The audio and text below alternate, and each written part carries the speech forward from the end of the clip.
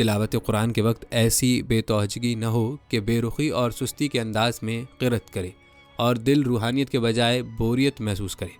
سامعین سن کر فوراً اکتا جائیں، بلکہ ذوق و شوق کے ساتھ ٹھہر ٹھہر کر تلفظ کی درستگی اور آواز کی خوبصورتی اور صفائی کے ساتھ تلاوت کرے، تاکہ صحیح معنوں میں تلاوت قرآن کے فیوز و برکات اور تجلیات اپنے دامن میں سمیٹا جا سکے۔ اسی طرح سیدنا براہ بن عازب رضی اللہ تعالیٰ عنہ کہتے ہیں، اپنی آواز سے قرآن کو مزین کرو، کیونکہ اچھی اور خوبصورت آواز قرآن مجید کے حسن میں اضافہ کرتی ہے، اور سنندار میں دوسری اسناد سے مروی ہے۔ قرآن کریم کو اپنی آوازوں سے حسن دیا کرو، کیونکہ خوبصورت آواز قرآن کے حسن میں اضافہ کر دیتی ہے۔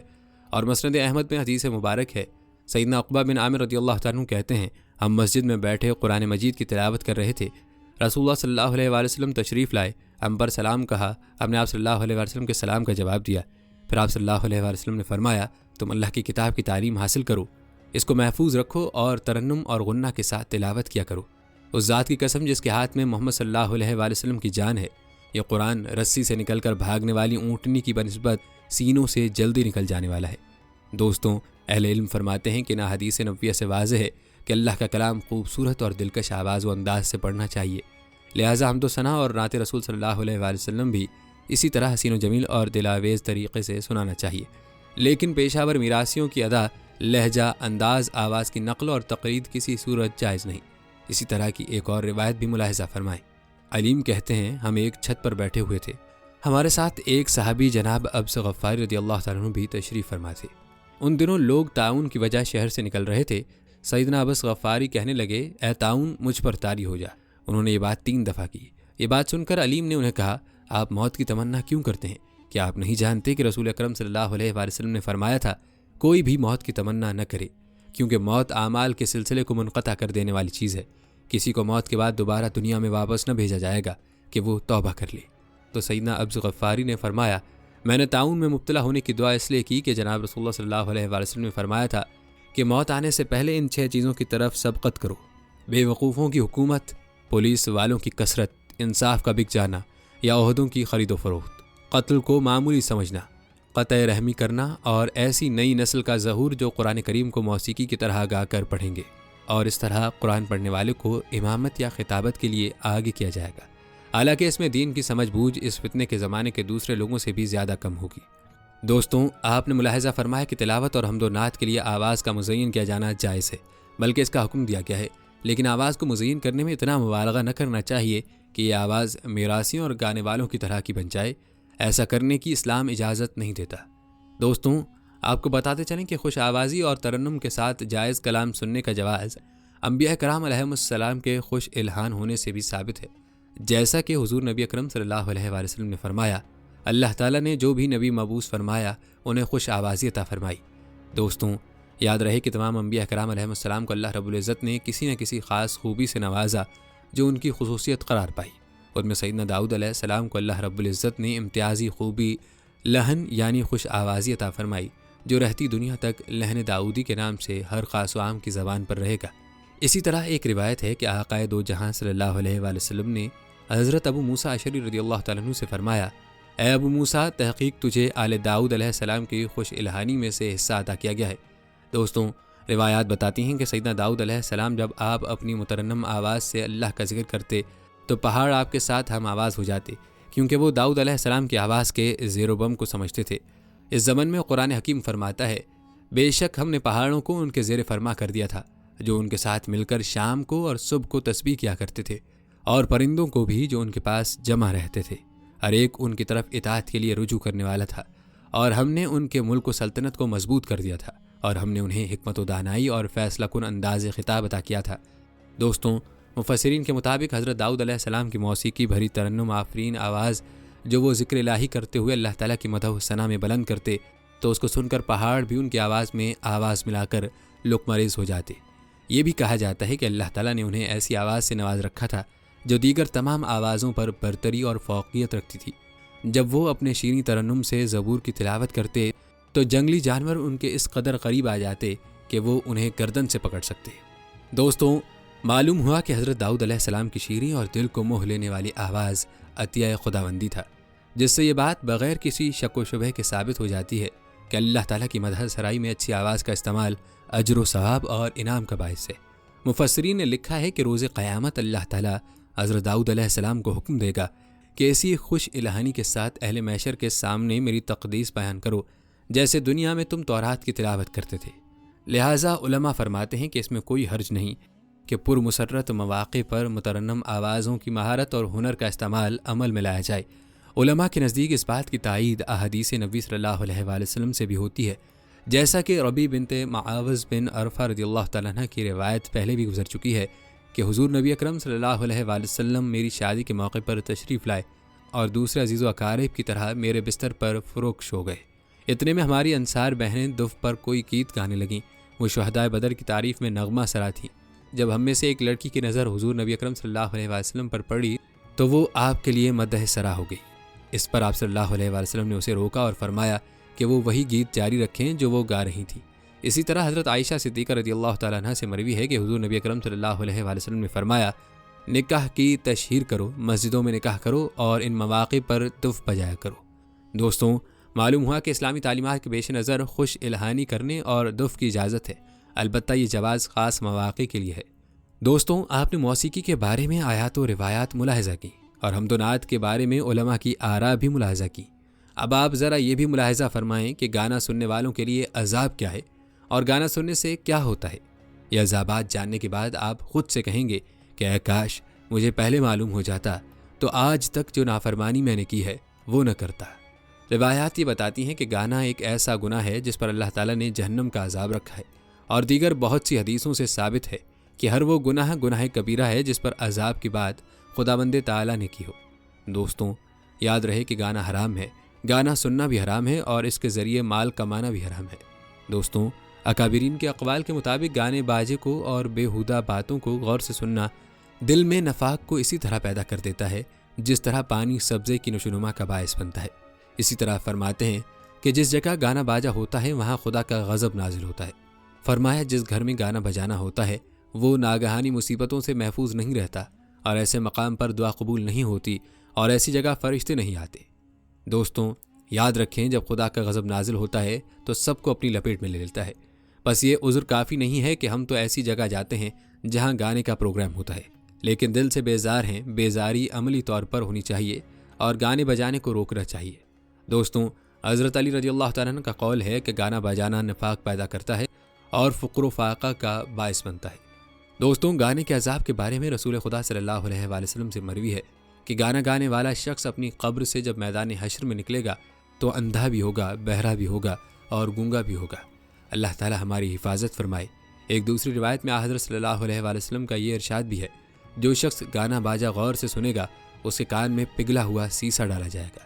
اسی طرح سے پیغمبر اکرم صلی اللہ علیہ وآلہ وسلم سے یہ روایت بھی نقل کی گئی ہے کہ گانا گانے والا شخص ایسے لوگوں میں شامل ہے جن پر قیامت کے دن خدا نظر رحمت نہیں ڈالے گا۔ دوستوں، کتنا سخت عذاب ہے کہ موسیقی سننے والا اللہ تعالیٰ کی رحمت سے محروم ہوگا۔ دوستوں، اسی طرح ایک روایت ہے کہ پیغمبر صلی اللہ علیہ وآلہ وسلم فرماتے ہیں، میری امت میں ایسے واقعات ظاہر ہوں گے کہ زمین دھس جایا کرے گی اور آسمان سے پتھر برسا کریں گے۔ لوگوں نے پوچھا کہ ایسا کب ہوگا؟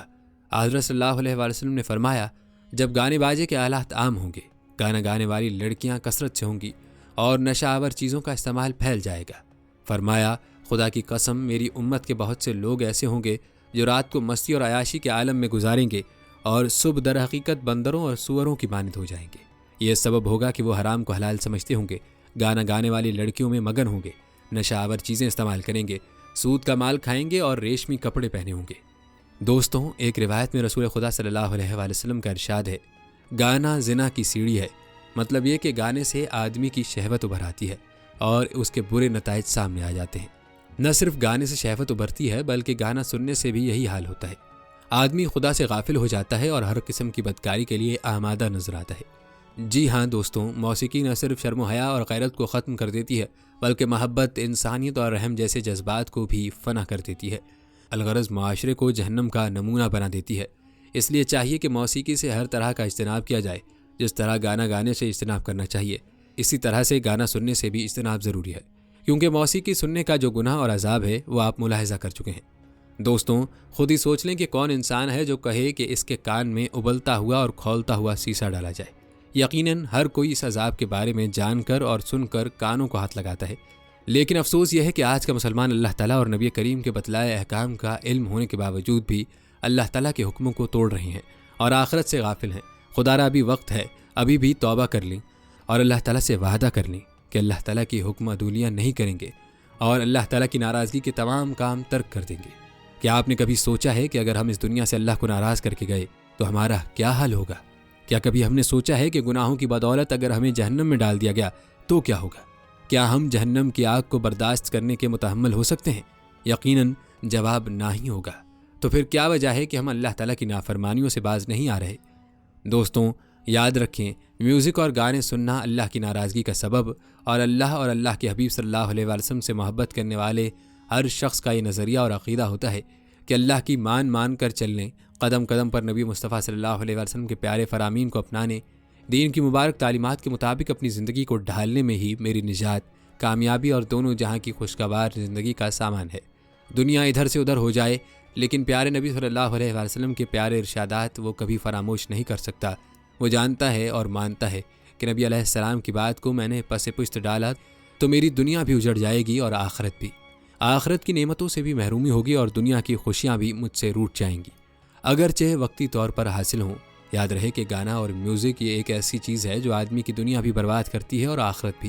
بعض طبیعتوں کو میوزک سننے سے شاید لذت و راحت سی محسوس ہوتی ہو۔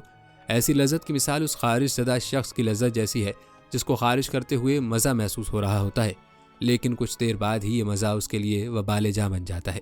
اسی طرح یہ میوزک بھی اللہ تعالیٰ کی سخت پکڑ اور خطرناک سزا کا ذریعہ بن جاتا ہے۔ دوستوں، یاد رکھیں، یہ گناہ دو چیزوں پر مشتمل ہے، ایک میوزک، گانا اور ساز و باجے پر، اور دوسرا بے حیائی کے جملوں اور بول، فحش خیالات، نامحرم کی آواز، جنسی جذبات کو بھڑکانے اور غلط و گناہ پر آمادہ کرنے والے نظریات پر۔ لہٰذا اگر دونوں باتیں جمع ہوں تب تو گناہ ہے ہی، اور اگر دونوں میں سے کوئی ایک بات بھی پائی جا رہی ہو تو ایسی آواز کا سننا بھی ناجائز اور حرام ہے۔ اس لیے ایسی نعت وغیرہ جس کے پیچھے میوزک کی آواز ہو اس سے بھی بچنا لازم ہے، البتہ اگر بغیر میوزک کے وہ نعت ہو اور دیگر کوئی خلاف شرع بات نہ ہو تو اسے سنا جا سکتا ہے۔ لہٰذا میوزک اور ساز وغیرہ پر مشتمل نعمتوں اور قوالیوں کے بارے میں یہ کہنا کہ یہ تو نعت ہے یا قوالی ہے، اس سے کیا ہوتا ہے، اس میں تو اچھی باتیں ہیں، درست نہیں ہے۔ ایسی نعتوں اور قوالیوں کو نہیں سننا چاہیے کیونکہ ان میں میوزک، ساز اور باجے کی آواز شامل ہے، اور میوزک، ساز اور باجے کی آواز سننا بھی حرام ہے۔ دوستوں، میوزک یعنی ساز باجے کے بارے میں روایت ملاحظہ کر ہی چکے ہیں کہ شعب الایمان کی روایت میں سرکار دو عالم صلی اللہ علیہ وسلم کا مبارک ارشاد ہے، گانا دل میں اس طرح نفاق پیدا کرتا ہے جیسے پانی کھیتی اگاتا ہے۔ اسی طرح ایک حدیث مبارک میں رسول اللہ صلی اللہ علیہ وسلم نے 15 ایسے اعمال بتائے کہ جب لوگوں میں وہ کام ہونے لگیں تو ان پر پریشانیاں اور مصیبتیں نازل ہونے لگ جاتی ہیں۔ ان میں سے ایک کام ساز باجوں اور گانوں کی کثرت ہے۔ اللہ تعالیٰ ہماری اور ہماری نسل کی اس سے حفاظت فرمائے۔ دوستوں، موسیقی کے نقصانات میں یہ بھی ہیں کہ بے حیائی عام ہونے لگتی ہے، ہمارے بچیوں کے اخلاق خراب ہونے لگتے ہیں، وہ اپنے والدین اور بڑوں کے نافرمان ہو جاتے ہیں، اللہ کی یاد سے غفلت ہونے لگتی ہے، بے چینی، بے سکونی اور بے اطمینانی کی سی کیفیت طاری ہو جاتی ہے۔ امریکہ میں ہونے والی ایک تحقیق کے مطابق ہر سال امریکہ میں 600 نوجوان گانے بجانے کے اثرات سے متاثر ہو کر خودکشی کر لیتے ہیں۔ اس کے علاوہ احساس ذمہ داری ختم ہو جاتا ہے، فحش اور گندی زبان استعمال ہونے لگتی ہے۔ ان نقصانات سے بچنے کے لیے ضروری ہے کہ موسیقی سننے اور سنانے سے اجتناب کیا جائے، لیکن بڑے افسوس کی بات ہے کہ آج ہمارے شادی بیاہ کے فنکشنوں میں میوزک کا جو اہتمام ہوتا ہے ہر کوئی اس سے واقف ہے، اور اس کے علاوہ بھی ہمارے معاشرے میں میوزک کس طرح سے عام ہے اس سے ہر کوئی بخوبی واقف ہے۔ تھوڑا عرصہ بارش نہ ہو تو ہر کسی کی زبان پر یہ بات ہوتی ہے کہ اللہ کی ناراضگی ہے اس لیے بارش نہیں ہو رہی، لیکن اللہ کیوں ناراض ہے اس بارے میں کوئی نہیں سوچتا، اور نہیں اللہ کی نافرمانیوں سے توبہ کرنے کی زحمت کی جاتی ہے۔ دوستوں، خوشگوار اور پرسکون زندگی کے لیے، طرح طرح کی پریشانیوں، مصیبتوں اور اللہ کے عذاب سے حفاظت کے لیے، با اخلاق و با کردار معاشرے کی تشکیل کے لیے ہم میں سے ہر شخص یہ عزم کرے کہ وہ خود بھی گانے اور میوزک سننے سے بچے گا اور اپنے بچے بچیوں، رشتہ داروں اور دوستوں کو بھی نرمی اور محبت سے گانے سننے سے بچائے گا۔ اس کے لیے چند تجاویز آپ کی خدمت میں پیش ہیں، خود بھی ان باتوں پر عمل کریں اور دوسروں کو بھی ان کی ترغیب دیں۔ دوستوں، خدا نخواستہ اگر آپ اس گناہ میں مبتلا ہیں تو بلا تاخیر ابھی 2 رکعت نفل پڑھ کر اپنے پروردگار سے خوب رو رو کر مانگیں کہ اے اللہ، مجھے اس گناہ کی نحوست سے بچا لے، اس کی نفرت میرے دل میں بٹھا دے تاکہ میں گانے اور میوزک کے خطرناک نقصانات سے بچ سکوں۔ اس کے ساتھ جیسے ہی گانے کی آواز کانوں میں پڑے فوراً لا حول ولا قوت الا باللہ پڑھنا شروع کر دیں اور اپنے دل و دماغ کو گانے کی آواز سے ہٹا کر دوسرے کاموں میں لگانے کی کوشش کریں۔ ایسی تقریبات اور محفلوں میں بھی جانے سے بچیں جہاں معلوم ہو کہ گانے اور میوزک بجائے جائیں گے۔ اس کا حل یہ ہے کہ تقریب سے کچھ دن پہلے یا کچھ دن بعد جا کر ان کی خوشی میں شریک ہو جائیں اور ان کو یہ بتا کر معذرت کر لیں کہ آپ برا نہیں مانیے گا، میں گانے اور میوزک سے بچنے کی کوشش کرتا ہوں تاکہ اللہ تعالیٰ مجھے اس کے نقصانات سے بچا لے۔ اس کے علاوہ اپنے موبائل پر میوزک والی رنگ ٹون کو بدل لیں تاکہ ہم خود بھی اس گناہ سے محفوظ رہیں اور دوسروں کی تکلیف کا ذریعہ بھی نہ بنیں۔ دوستوں، یہاں آپ کو ایک دعا بتاتے ہیں، اس دعا کو اپنے پاس نوٹ کر کے یاد کر کے دھیان کے ساتھ مانگنا شروع کر دیں۔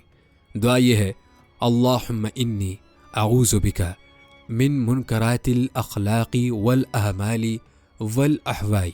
ترجمہ، اے اللہ، میں برے اخلاق، برے اعمال اور بری خواہشات سے آپ کی پناہ چاہتا ہوں۔ انشاءاللہ اس دعا کی برکت سے آپ کی عادت چھوٹ جائے گی، لیکن یاد رہے کہ اصل چیز آپ کی نیت اور ارادہ ہے۔ جب آپ کو مصمم ارادہ ہوگا تو انشاءاللہ آپ کے ساتھ اللہ کی مدد بھی شامل حال ہوگی، اور اگر آپ اپنے ارادے میں پکے نہیں ہوں گے تو پھر آپ سے یہ گناہ نہیں چھوٹ سکتا۔ دوستوں، ہم میں سے ہر ایک یہ ٹھان لے کہ اب آئندہ انشاءاللہ ساری زندگی میں گانے نہیں سنوں گا۔ ایسی مجلس و تقریب سے میں فوراً دور ہو جاؤں گا، چاہے گانے بج رہے ہوں یا میوزک والی نعتیں یا قوالیاں سنی جا رہی ہوں، کیونکہ حقیقی خیر اور اصل سکون و کامیابی پیارے نبی صلی اللہ علیہ وسلم کے پیارے احکامات سے اپنی زندگیوں کو سنوارنے میں ہی ہے۔ اللہ رب العزت سے دعا ہے کہ تمام گناہوں بالخصوص گانے اور میوزک سننے سے ہماری حفاظت فرمائیں، آمین۔ دوستوں، یہ تھی ہماری آج کی ویڈیو۔ کمنٹ سیکشن میں اپنی رائے کا اظہار ضرور کریں اور بتائیں کہ آپ اگلی ویڈیو کون سے اسلامک ٹاپک پر دیکھنا چاہتے ہیں۔ آپ کی قیمتی رائے ہمارے لیے بہت اہمیت رکھتی ہے، اور جانے سے پہلے ویڈیو کو شیئر ضرور کیجیے گا۔ ہم امید کرتے ہیں کہ آپ کو ہماری آج کی ویڈیو ضرور پسند آئی ہوگی۔ اگر آپ کو ہماری آج یہ ویڈیو پسند آئی ہے تو اس کو لائک کریں۔ آخر میں ان لوگوں سے ایک بار پھر درخواست ہے کہ ہمارے چینل کو ضرور سبسکرائب کر لیں جنہوں نے ابھی تک ہمارا چینل سبسکرائب نہیں کیا ہوا، اور بیل آئیکن کو بھی دبا دیجیے گا۔ ملتے ہیں اگلی ویڈیو میں، تب تک کے لیے اللہ نگہبان۔